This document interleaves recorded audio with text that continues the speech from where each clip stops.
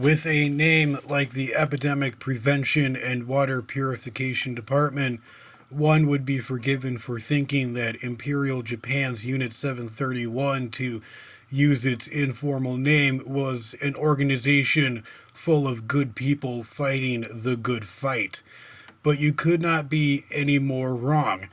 In reality, the actions of this covert biological and chemical warfare research and development unit often involved lethal human experimentation on males and females ranging in age from newborns to the elderly. This is by far the darkest story to emerge from the darkness of the Second World War, a good example of what happens when mankind not only crosses the line but dives headfirst into an area that can only be described as absolutely evil. I hesitated to discuss this topic on my channel for quite some time, but I realize now that this is a story that needs to be told and not fade into history, because those who ignore the past are doomed to repeat it.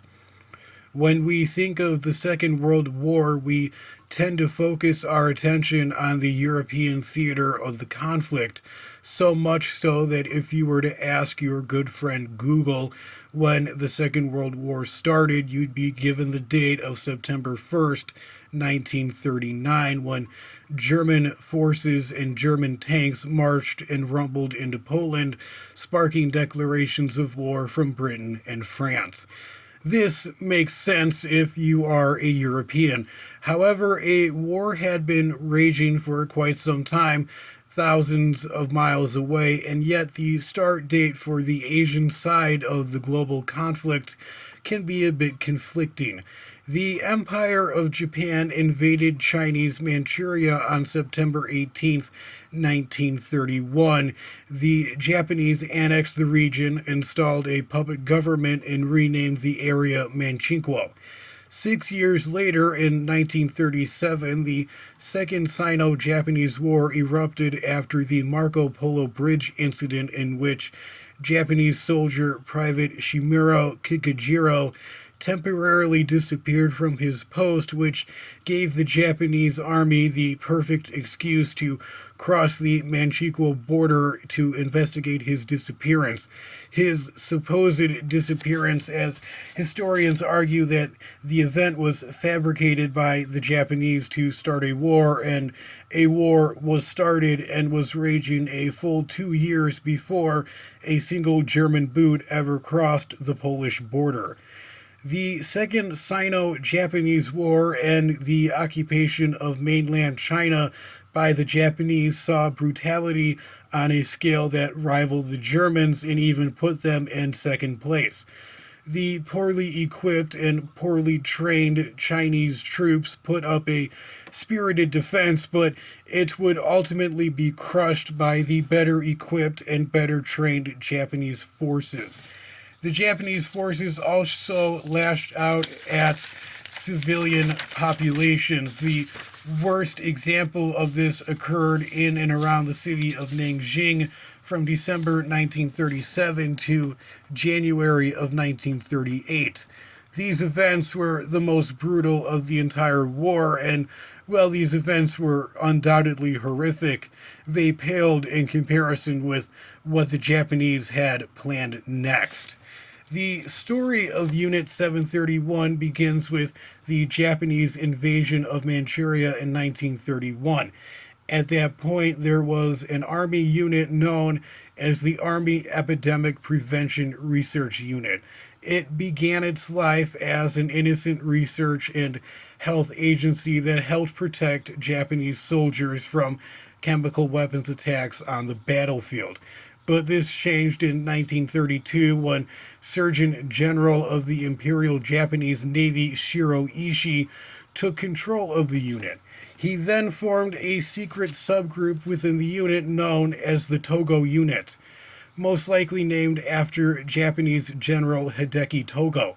The Togo unit was tasked with investigating and developing chemical and biological warfare from the Zhangma Fortress, a prison/laboratory located in Maina, a small village some 200 miles north of Harbin. The experiments began as soon as the camp was completed. These experiments included everything from studying the effects of the plague, cholera, starvation, water deprivation, frostbite, hypothermia, and new and experimental weapons. These experiments went on in secret until the summer of 1934 when 40 prisoners escaped the Zhangma fortress. Japan's dark secret was now out, and in 1935 the Zhangma fortress was closed and abandoned. A new facility would be built in Pingfang, some 200 miles south of the Zhangma fortress. It was also around this time that the Togo unit was disbanded and reformed into the Epidemic Prevention and Water Purification Department of the Kwangtung Army Manchuria, or Unit 731. It was under the direct control of the Imperial Japanese Army. Unit 731, stationed in Pingfang, had 300 scientists, researchers, and bacteriologists. They would publish their findings in research in scientific journals that received a good amount of attention from their peers. They just failed to mention that these experiments were conducted on non consenting humans rather than on monkeys, as was stated. Unit 731 also expanded into a much larger organization that would include 10,000 other researchers in other units that were stationed in Japanese-occupied China. This included Unit 608, whose central office was Unit 731, Unit 1855, which operated in Beijing, Unit EI 1644, which operated in Nanjing, Unit 8604, which operated in Guangzhou, and Unit 9420, which operated in Singapore and in Hong Kong, as well as several non-numbered units which operated in Japan. The main site for Unit 731 was in Harbin, China. It was a massive facility at over 230 acres and included 150 buildings, many of which were factories that produced biological and chemical agents. This complex could produce 66 tons of bubonic plague bacteria. It also contained containers that could breed 4,500 fleas, 6 large cauldrons to produce various chemical agents, and 1,800 large containers to produce biological agents. The experiments that were carried out by Unit 731 were brutal and nasty. They were also very wide-ranging in their scope.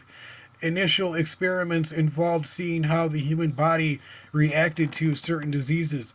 Prisoners were injected with diseases such as syphilis, the plague, tuberculosis, and cholera. Not only were the Japanese researchers interested with the external effects of these diseases, but they were also interested in the internal effects of these diseases as well. Vivisections, which is when a sample of tissue, usually infected, gets removed to be studied, were the most common experiment that was conducted by Unit 731. These operations, however, were conducted without anesthesia, as it was believed that this would compromise the experiment. A rag would be stuffed into the subject's mouth to muffle their screams. There were also some weird experiments conducted by the Japanese researchers who used these experiments to satisfy their morbid and dark desires. This would involve limbs being amputated and then sewn back onto different spots on the body, or even replaced with the parts of animals. Some subjects would receive blood transfusions from sheep, pigs, or horses. Chemical weapons tests were also conducted. These included mustard gas, chlorine gas, white phosphorus, and phosgene gas. These experiments were normally conducted in airtight chambers, but were also tested out in the open in the form of bombs filled with whatever chemical agent was being tested that would then be dropped onto nearby Chinese villages. Unit 731 scientists would then visit the village to see how many people had been exposed to that particular chemical agent. And while great emphasis was placed on creating the new generation of weapons that could kill hundreds of thousands in one fell swoop, the tried and true methods were not forgotten. Prisoners were used to test new types of grenades, flamethrowers, and bombs, as well as experimental small arms. The damage that was dealt by these weapons was carefully recorded in great detail. Japanese researchers also studied hypothermia by submerging prisoners' limbs into icy water until they were effectively frozen solid. Researchers would then experiment on the most effective method to thaw out the limb, which included fire, boiling water, or just simply leaving the limb to thaw out naturally. Prisoners were forced to drink seawater or be injected with it. Japanese researchers also placed prisoners in rotating chambers to study the effect of G forces on the human body, or in decompression chambers to see how conditions like the bends developed, and so much more. The average life expectancy of a test subject of Unit 731 was a maximum of 2 months. These unwilling test subjects, both male and female, ranging in age from newborns to the elderly, were jokingly referred to as logs or maruta in Japanese, as the facility was disguised as a lumber mill. Unit 731's victims were predominantly Chinese, but they also included Koreans, Soviet expatriates who were living in China at the time, as well as Mongols, French, British, and Americans as well. While the exact number of those lost to Unit 731's highly unethical and morbid experiments is not known, it is estimated that 580,000 people were affected directly or indirectly by Imperial Japan's biological and chemical warfare program. No one who had the misfortune of finding themselves in the vice like grip of Unit 731 ever made it out alive. With hopes of Japanese victory quickly fading towards the end of the Second World War, there appears to be high level discussions on the possibility of using chemical or biological weapons on the quickly approaching Allied forces or even on the American mainland itself. This would be done with the information and research that was conducted by Unit 731. An attack which was called Operation Cherry Blossom at Night was drafted and was in some degree of planning before Japan surrendered in September of 1945, which would involve bombs filled with anthrax or the Black Plague be attached to weather balloons that would then travel the Gulf Stream and hopefully hit the west coast of the United States. This plan was never carried out. Japan was defeated. Unit 731 was then disbanded. Its facilities in China and Japan were destroyed, along with much of its research and the information of what truly happened in these places. The remaining prisoners were executed. But this was something that could not be covered up for long. When American forces arrived in Japan, rumors of a secret biological and chemical warfare research unit within the Japanese army began to swirl, but were kept vague for obvious reasons. Eventually, enough information was gathered to form a file that found its way to the desk of General Douglas MacArthur, the man who was tasked with rebuilding Japan after the war. Despite being war crimes, Unit 731's research was extremely valuable, and it helped advance scientific and medical knowledge for both peaceful and military means.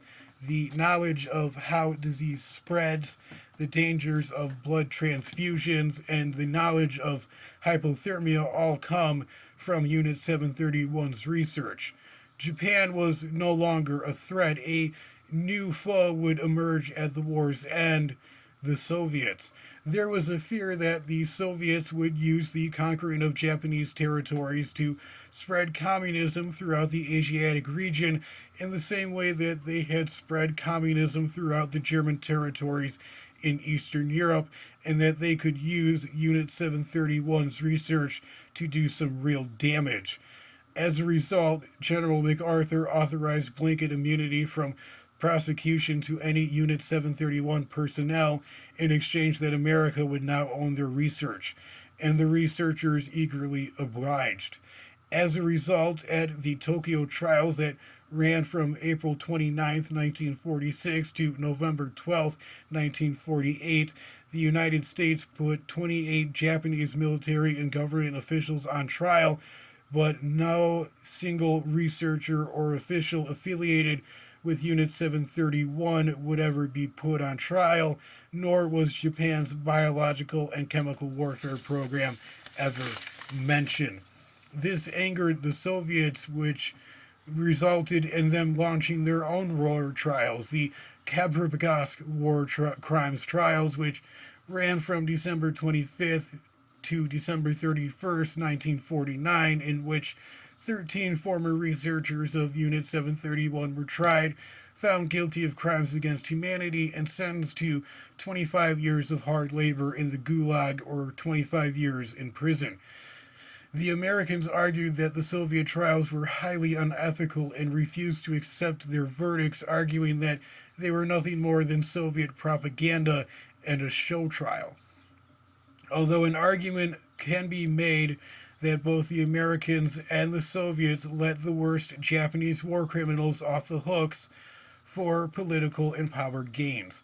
Japan, for its part, wholeheartedly denied the existence of Unit 731 in the decades after the war's end. The Japanese view themselves not as the aggressor but the victim of the war, claiming that the constant harassment from the Western powers and their antagonization gave them no choice but to fight, and that everything that was done by the Japanese during the period of the war was justified in this context. In 2000, this narrative would be questioned when hundreds of former researchers of Unit 731, many of whom were elderly and nearing the end, began to tell their stories, perhaps to clear their guilty conscience, but many did not regret what they did during the war. In 2008, a Tokyo District Court ruled for the first time that Japan did engage in illegal biological and chemical warfare research during the Second World War and explicitly cited the work done by Unit 731 as proof of this. They also released a list of 300,000 former Unit 731 researchers who never faced prosecution at the end of the war, but instead secretly moved back to Japan, who had very illustrious careers in the post war era, and by that point had peacefully passed away. Despite the nightmare of Unit 731 occurring over 80 years ago, its dark legacy still haunts the world, as similar medical research units have been reported in China, North Korea, and Iran, proving that the sins of the past are still very much alive.